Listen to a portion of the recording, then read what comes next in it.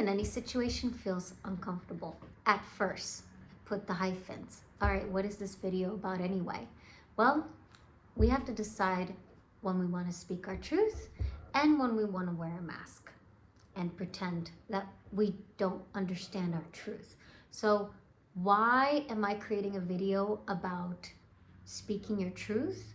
Because only from your truth you can have influence.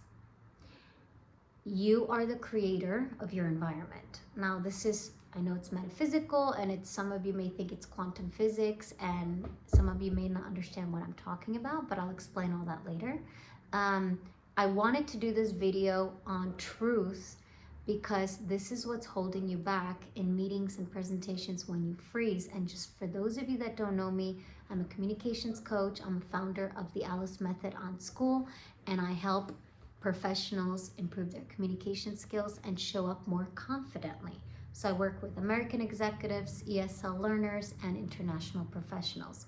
So what's really important here is the truth is something that you know to be true. It's a feeling, it's a knowing, it's grounded.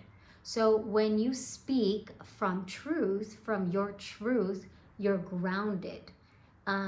Oftentimes when we have to speak and present, we are pleasing others and trying to validate and receive validation. We do it on social media. We're saying something and then we go, yeah, let's get a like, or am I offending someone? What if somebody comments?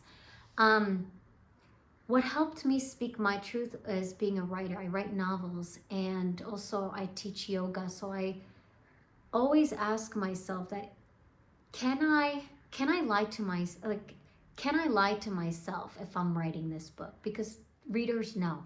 And if you're lying and you're not coming from the position of your truth, your audience knows, your boss knows, your colleagues knows, your readers know, your parents know, your husband and wife and lovers, they know. And let me ask you this, do you think you'll get the same level of respect? Of course, the objection is, I don't want to speak from my truth because I'm afraid that I will get rejected. I'm afraid that I will uncover something about myself that I hate. I'm afraid that I will hate myself. Well, what's worse? Facing your truth, then keep lying to yourself and work harder to lie, to keep the lie, and then also trying to get what you want from people from that lie. So from the truth, you're generally going to attract people that are like you.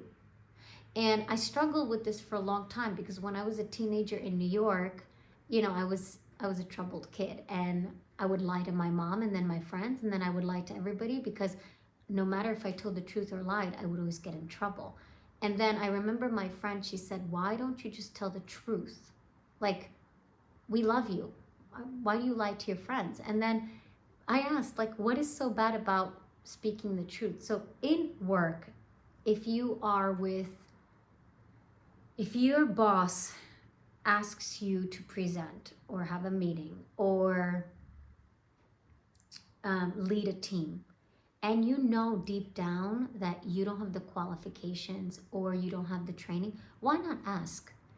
You know, I would love to have this opportunity. I need additional training. Of course, we provide that training in the Skool community, but oftentimes we just wing it, you know, like in the context of the boss situation, is that I used to do that where I didn't want to show weakness or say that I didn't want to ask for resources. So I would just say, yeah, I could do it. I would wing it. I was gifted enough to do it. But sometimes I could have been better prepared had I asked for resources, because more often than not, it took me a few years to realize that I can just ask, and I have a hard time with asking.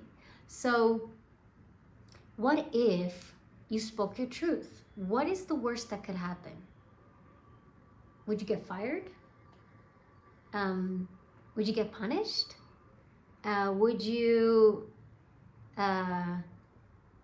get scolded? Like, probably not. Now, if you have a boss or someone in your workforce who is narcissistic or a psychopath or, just plain crazy, speaking your truth may not work, right? This works if in interpersonal communication. So in that case, less is more. You speak your truth. You don't justify. You don't defend. You say this is how it is, and you don't engage in the attention. You don't. The people who are psychopaths and narcissists, they need attention. They need a victim. They need to feel superior. So already they see you as subordinate. Already they see you as a loser, as somebody less than. So you don't have to stay there in that energy, in that environment to defend a position that is already below their position.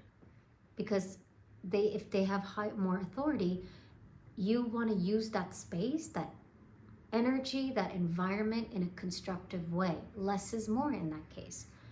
You be clear and concise.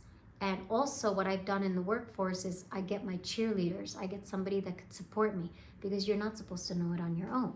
So I get a cheerleader, somebody who could be my advocate. I also make sure with conversations with toxic bosses and colleagues, I make sure that the HR person is on a call. Usually when you have a three-way call, that person is not going to act out as much.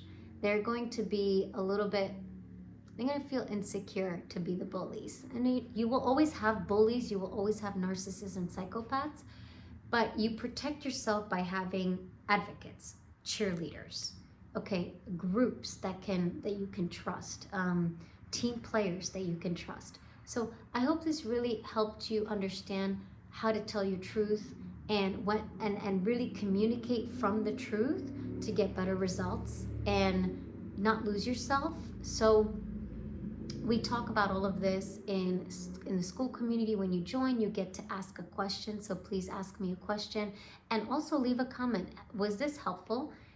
Because I'd love to know. And if there's any topic you would like me to discuss, also put it in the comments or in the Skool community.